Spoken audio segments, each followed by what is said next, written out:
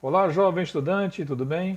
Vamos iniciar mais uma aula de geografia de hoje. A gente vai estudar na página 32 e na página 33, América Portuguesa e Brasil, e também a expansão para o oeste. Bom, antes de mais nada, a gente tem que lembrar que nós estamos falando da formação do território brasileiro, e na formação do território brasileiro, o autor lembra que algumas pessoas imaginam que o Brasil só passa a ser constituído a partir da chegada dos portugueses, mas na verdade esse território já vinha sendo ocupado por pessoas, por comunidades nativas, que a gente comumente chama de índios, E ele traz algumas informações bem interessantes para a gente. Esses povos foram expulsos de suas terras e muitos deles escravizados, mas não sem resistência, ou seja, houve uma resistência. Portugueses, para poder dominar o continente americano, eles tiveram confronto com essas comunidades nativas. Então a expansão territorial da América Portuguesa foi marcada por conflitos sangrentos e pelo extermínio de milhares de indígenas. Então é importante registrar essa formação do território brasileiro, passa por esse momento da história extremamente complicado que foi o extermínio de muitas comunidades indígenas. É importante também lembrar, muita gente imagina que essas comunidades, muitas delas eram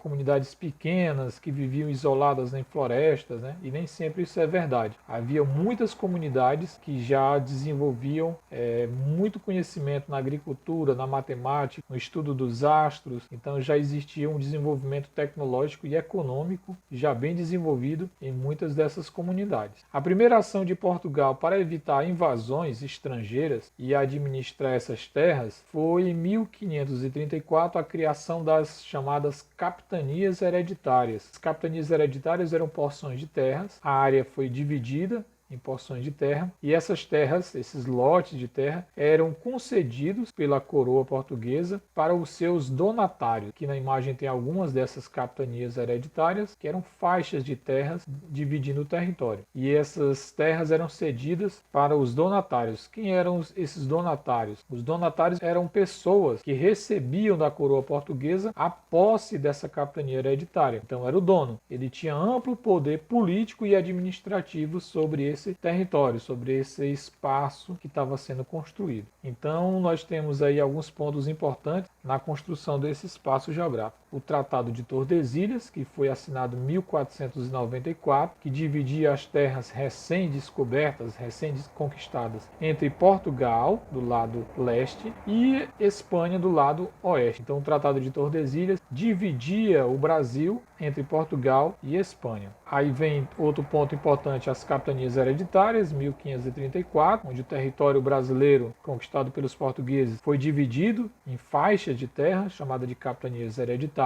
E aí depois também houve um período em que houve uma expansão desse território para o oeste. Essa expansão para o oeste se deu num período conhecido como União Ibérica, que foi entre 1580 a 1640, quando Portugal ficou sob domínio dos espanhóis. Então houve um relaxamento dessas fronteiras. Muitas pessoas que já ocupavam essas capitanias hereditárias, levados por atividades econômicas, principalmente as atividades econômicas, expandiram em direção ao oeste. Então, depois, quando Portugal retomou a posse dos seus territórios, domínio sobre as suas terras, havia existido essa expansão para o oeste. Então isso fez com que tivesse a necessidade de um novo acordo econômico, político, administrativo entre Portugal e Espanha, que ficou conhecido como Tratado de Madrid, assinado em 1750. Então esse Tratado de Madrid reorganizou a estrutura política